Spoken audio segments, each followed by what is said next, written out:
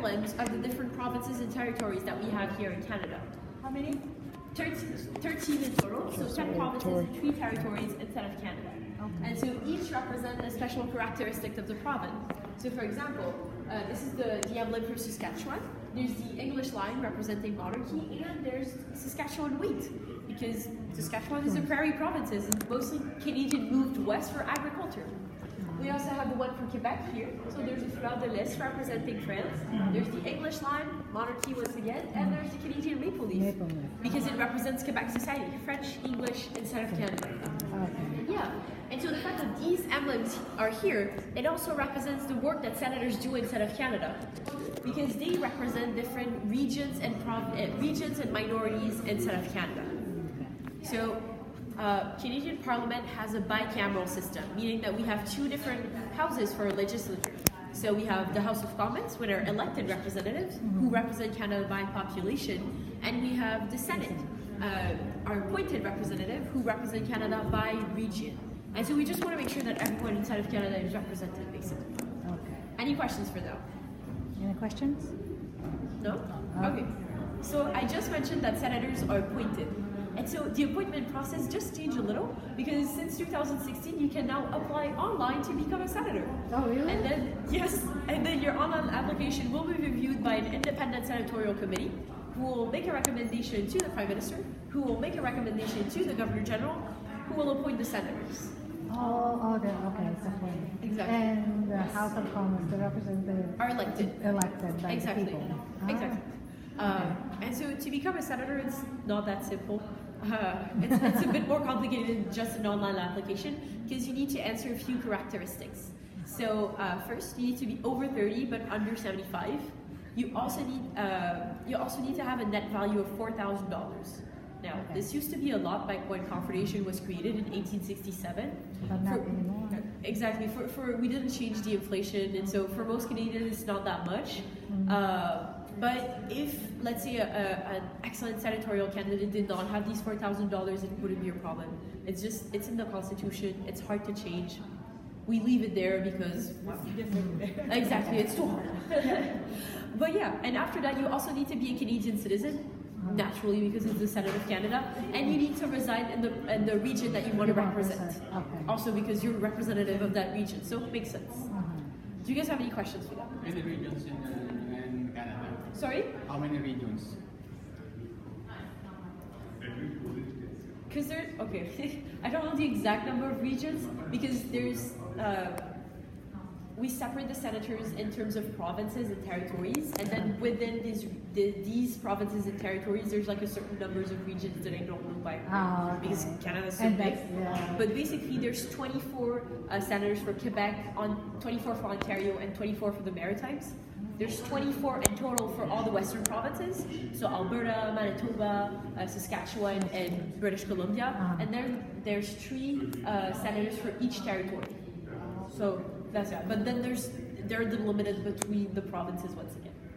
Okay. So Toronto also have 24. Ontario and Ontario. Exactly. And Quebec 24. 24. Yeah. Okay.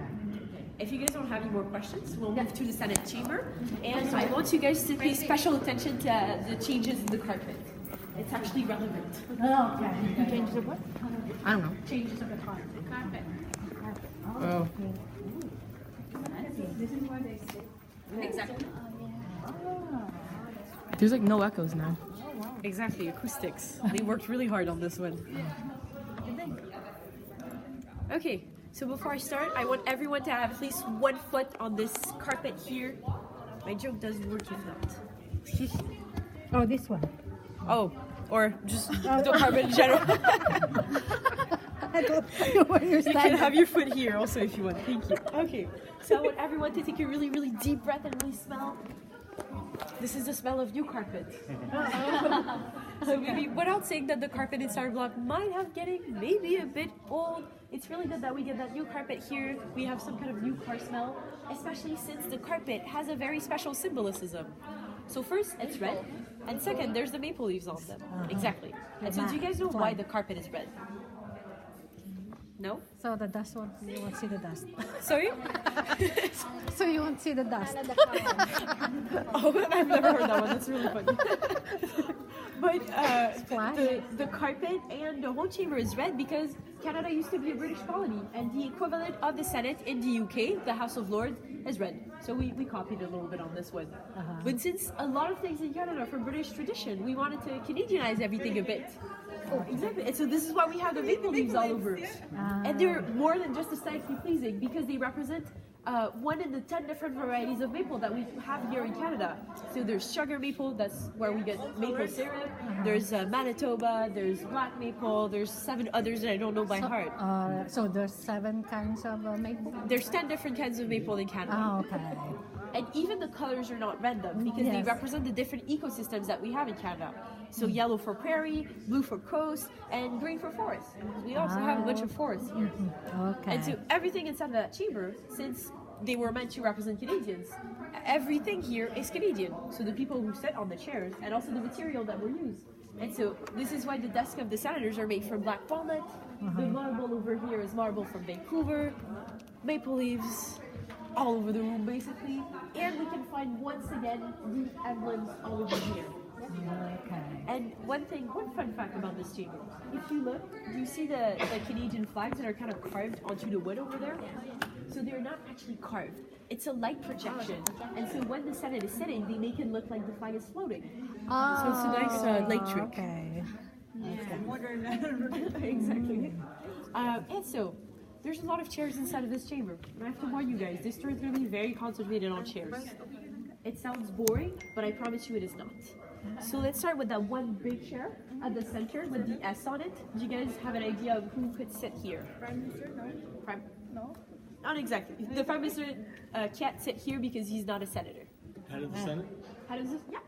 Exactly. So we call him What the Speaker of the Senate. Speaker. And so that person has a very important role because they manage all affairs regarding to the House. They make sure that we set the agenda, we follow that agenda, and that basically everything runs smoothly inside of the House, inside of the Senate. No worries. And basically everything runs smoothly inside of the Senate. And they also give the senators the right to speak, to counter-argue, and manage everything basically. And the Speaker is also a normal senator that will be appointed by the Governor General to rise to that role of Speaker. And so right now, the Speaker of the Senate is the Honorable George Fury, and he's a senator for Newfoundland. Do you guys have any questions? No? Okay, so we'll move to the galleries over there to get an overview of everything inside of the chamber. No. My turn. Let me point out a few things for here. So White I'm recording. the first woman who was appointed to the Senate. She was appointed in 1930. So women were not eligible to sit in the Senate.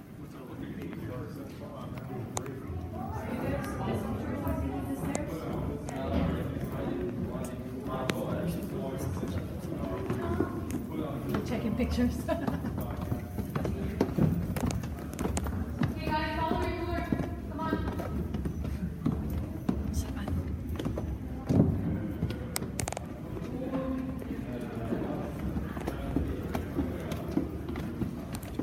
Just wait for me here, guys.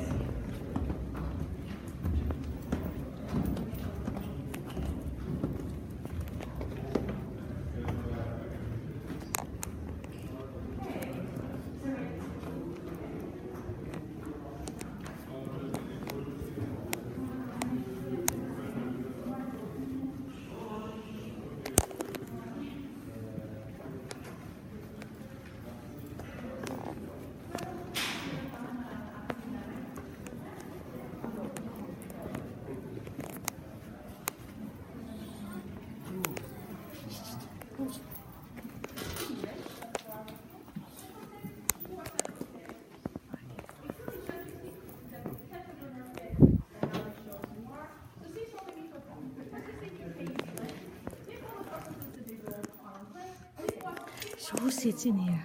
Great question. Do you have any ideas? Maybe a guess? Maybe like people that wants to listen, or Exactly. So the public. Anyone that comes to Parliament can sit in one of these chairs on any day that they're sitting. and just march up and say, I want to see what my representatives are doing today. And you get to sit in one of these chairs and see everything that's happening inside of the chamber. It's a great way for Canadians to just first see what their representatives are doing and how they're representing them, and also in a way to hold them accountable because you actually know exactly what they are saying and what they're doing. And so this everything inside of this chamber is also for transparency. So for example, we have a bunch of cameras on the floor and also a bunch of TVs because the Senate is televised. And this is very recent because they started televising it in March of this year. So very recent, and senators are still getting used to it. Sometimes they start talking and suddenly they're like, oh my god, that's me on the TV over there. No way. So yeah, it's a great way for Canadians to see everything that they're doing, and also because not every Canadian lives in Ottawa. And so we want to make sure that everyone has the opportunity to see everything that's happening and get some of their government accountable for all that they're doing. Do you guys have questions? No? No. Okay, so on these chairs, there's also these little speakers over here. So Canada is a bilingual country, meaning that we have English and French as our official languages. And so sometimes it's possible that a senator expresses themselves in a language that you might not understand. And so when you put this to your ear, you get simultaneous translation in English or French. And as of January 2019, we added a few indigenous languages to simultaneous translation to make Canada as accessible as possible once again.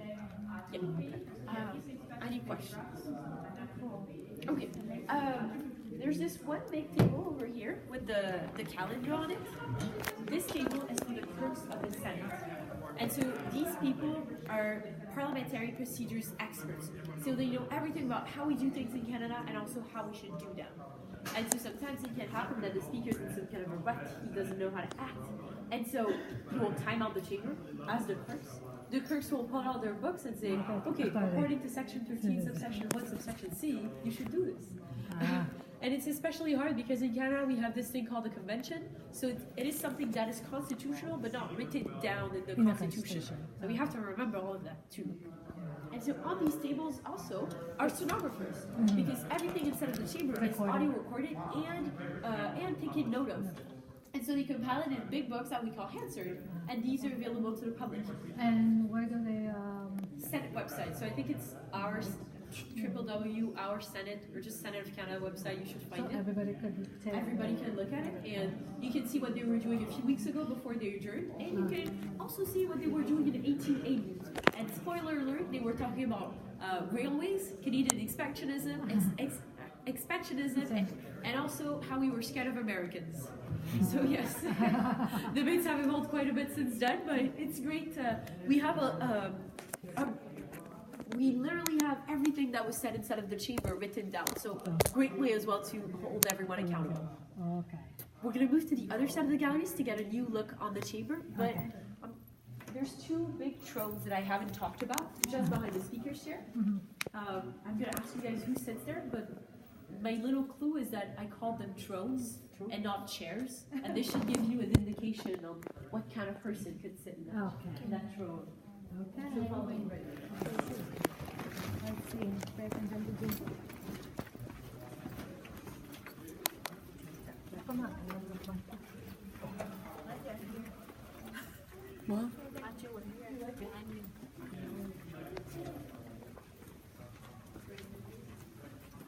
So, you can see everything.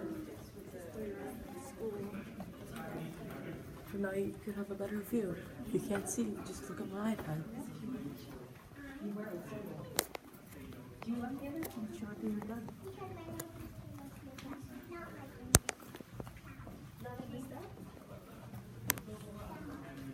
And do you like owl?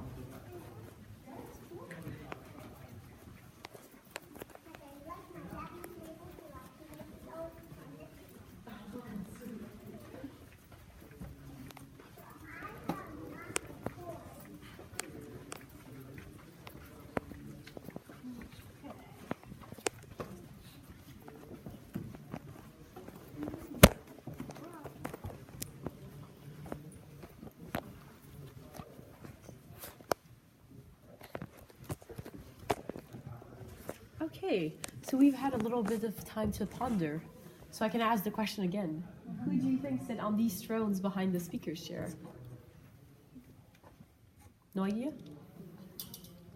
No? Thrones, king and queen. I don't know. Exactly. Yes, exactly. Are they ever here? Yes. Not anymore. yeah. If she wanted to come, she would sit here. Do you know who's the Queen of Canada? A queen. Elizabeth, exactly. Her Majesty Queen Elizabeth II is the Queen of Canada. And yes, she's not here often, but we forgive her because she's 93 years old and she's Queen of 16 countries in total. So that's a lot of work.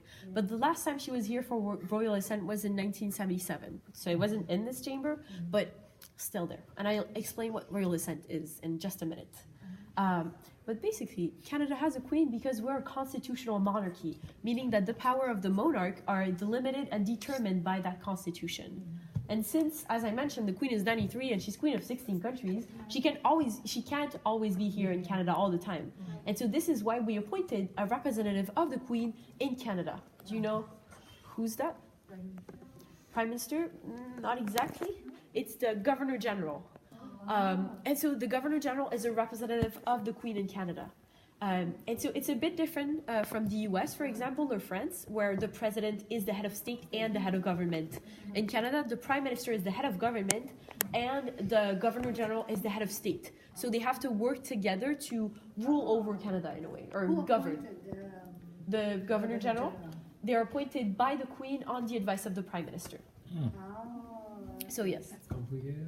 Yes, they're always on the advice, yes. And so it will become a little bit clearer when I explain the role of the Governor General. Basically, that person has the role of, first because they're the head of state, they're the Commander-in-Chief of Canadian Armed Forces. They also represent Canadian identity inside and outside of Canada, but mostly they are a check on our democracy because of royal assent. So the powers of the monarch and of the Governor General, so the acting, not monarch, but yeah, the acting head of state, is to make sure that the framework of Canadian democracy and Canadian government is still there. So basically make sure that our government doesn't turn Canada into a dictatorship and that our government won't fall and then suddenly we don't have a government for 5 years. That's what they're here for.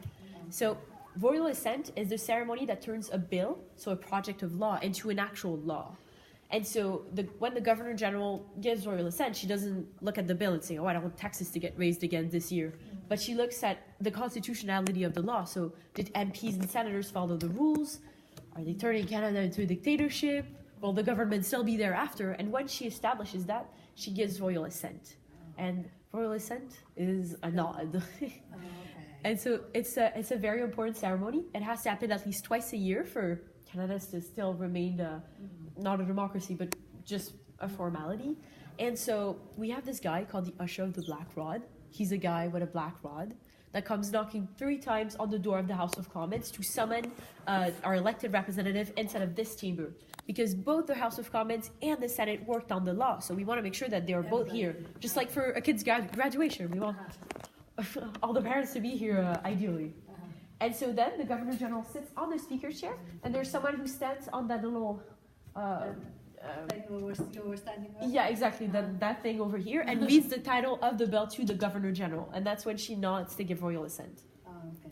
And when the MPs come over to the Senate, when it was in one building, they would walk really, really slowly to show that they're not under the power of the Queen, because they're elected, but now they take their cars, and it takes 5 minutes, but it's still a nice tradition to know. So yeah. Does that answer your question a bit more? Yeah.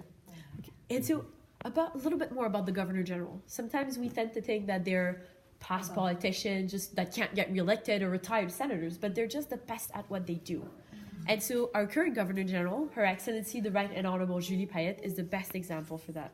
She has been on she's known as an astronaut. She was an astronaut before.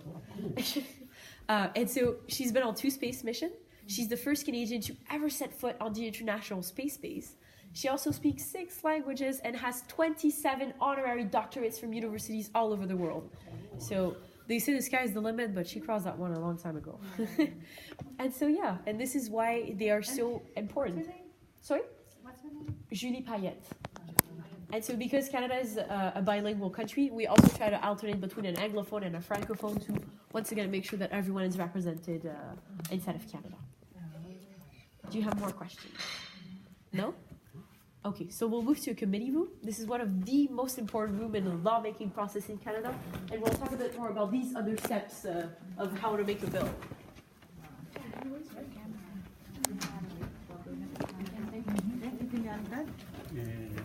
Yeah, not much. Thank you. Oh, now it echoes. Follow your group. Okay, no echoes.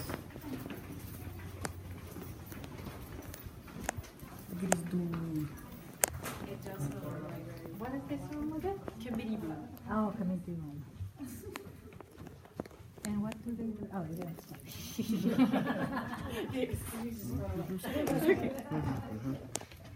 So I said earlier that committee rooms are the most, if not, the most important room in the lawmaking process, because that's where they look at bills clause by clause and comma by comma to make sure that it's as precise and comprehensive as possible. There are 105 senators in the red chamber that we saw before, and you can imagine that sometimes it can be hard to discuss. We've all been in that group project where you don't want to hear other people's ideas, other people don't want to hear your ideas either, and then it just gets messy. And so in committees, senators are 30, 15, sometimes 20, so they're in a much smaller group, and they get to discuss way easier. They're also in a circle in a United Nations kind of way, and so also much easier to discuss than when you're facing each other and there's some kind of political tension. So way easier. And so how do we start a bill in Canada? Do you guys know? No? Well, it starts with an idea, and it can emerge in the House of Commons or in the Senate.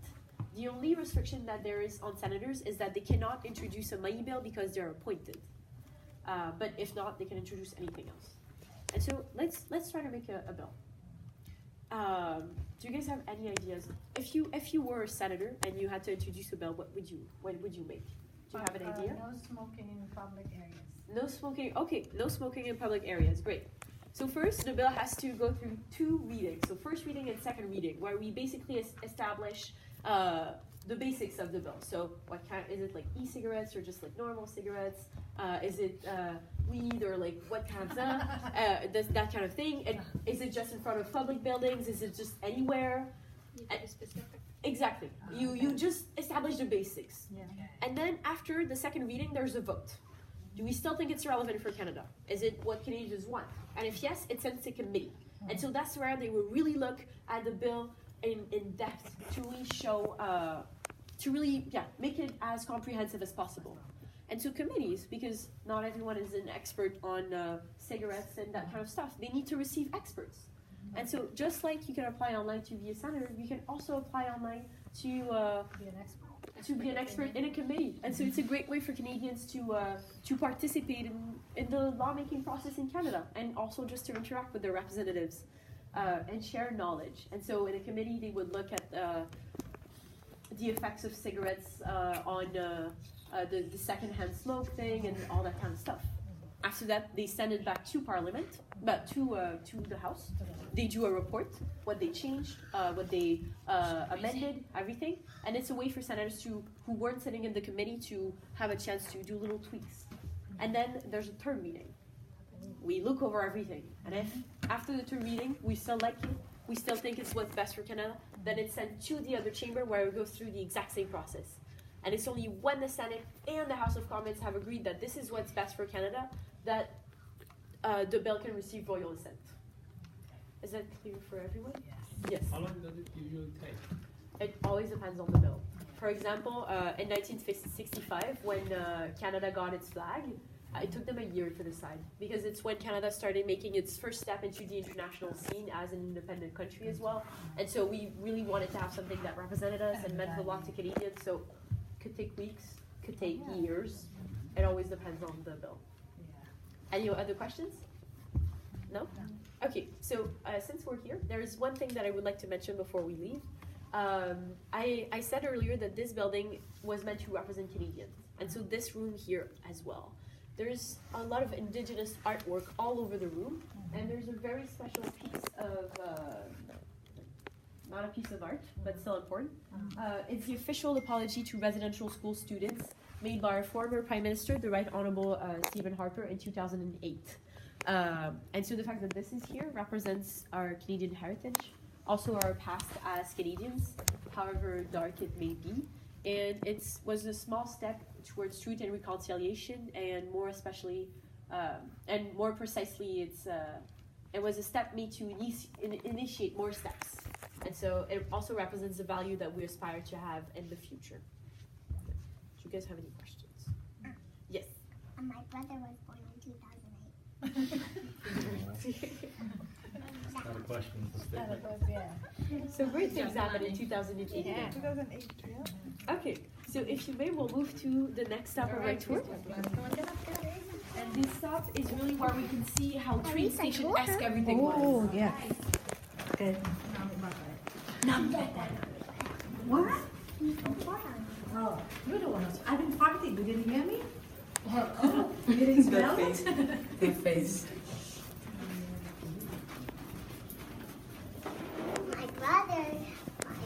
My brother was the one. Ah, you can't go high enough.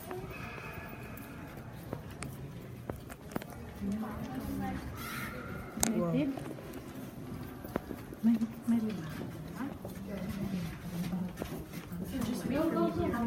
Go right there. Okay, I'll hold the door. Oh, thank you. Follow you. Oh, that's bright. That is very bright. 13? There. That's a lot Oh, better. look at the 13. column up here. I was born in 13. You should have seen that And without looking 8 at. and 15. I was born in 2015, 2013, and 2008. Okay, so this is really where we can see how train station-esque it was. So the enormous curved ceiling here, the curved windows, and also the enormous columns. And so the Beaux-Arts style of the whole building was meant to first mimic most of the government building in the US, and also it is from the Beaux-Arts School in Paris. And it's copied off Greek and Roman architecture. So we could almost imagine Julius Caesar walking by here. Like, famous people did walk by here, such as Winston Churchill and also Elvis Presley a few years ago. So yeah, there were some famous people over here. and yeah, there's also that clock over here. It is an original artifact from the 1912 train station. It doesn't work anymore. Now it just stands for here. Yeah. Exactly. This is the last stop of our tour, but there is one thing that I would like you guys to remember about Pelly. It's how transparent it is. So the fact that our tours are free, that you can also at any time sit in the galleries, in the committees, that it's televised, that you have a written script of everything that was said inside the chamber. And even in architecture, it was meant to represent Canadians. And in Parliament, we want Canadians to feel at home, and so we guides usually like to call Parliament Canadians' second home. Also because we spend so much time here working that it has become our second home. But yes, Canadians are always welcome here to see everything that's happening. And non-Canadians as well. So what are they doing in this one? This is the lunch room? Yeah, exactly. Lunch Lounge room, and there's a little cafeteria over there, so that you can eat, and with the TVs and magazines. Yeah, and staffers hang out here too. All right. Yeah, and so after this tour, you have a few other options. You can book a tour of the House of Commons through the exact same system. You're going there. Yeah. And it's really interesting to see that other line of democracy, how it works, and also how they kept tradition alive while still moving along. And also West Block, what renovated West Block is really impressive. So you guys won't be disappointed. And now there's also East Block. It's more of a historical/museum tour because you get to see original offices of Fathers of Confederation, first Prime Ministers, and first Governor Generals. Also interesting to see the evolution of Canada over the years. Okay. And if you have any questions after the tour, feel free to come ask them to me. And thank you for being there. I hope you enjoyed, and I hope I could spark an interest in Canadian politics and Canada in general and all of you. Thank you. Thank you very much. Thank you very much. Thank you. Okay. So which this way? This way, exactly.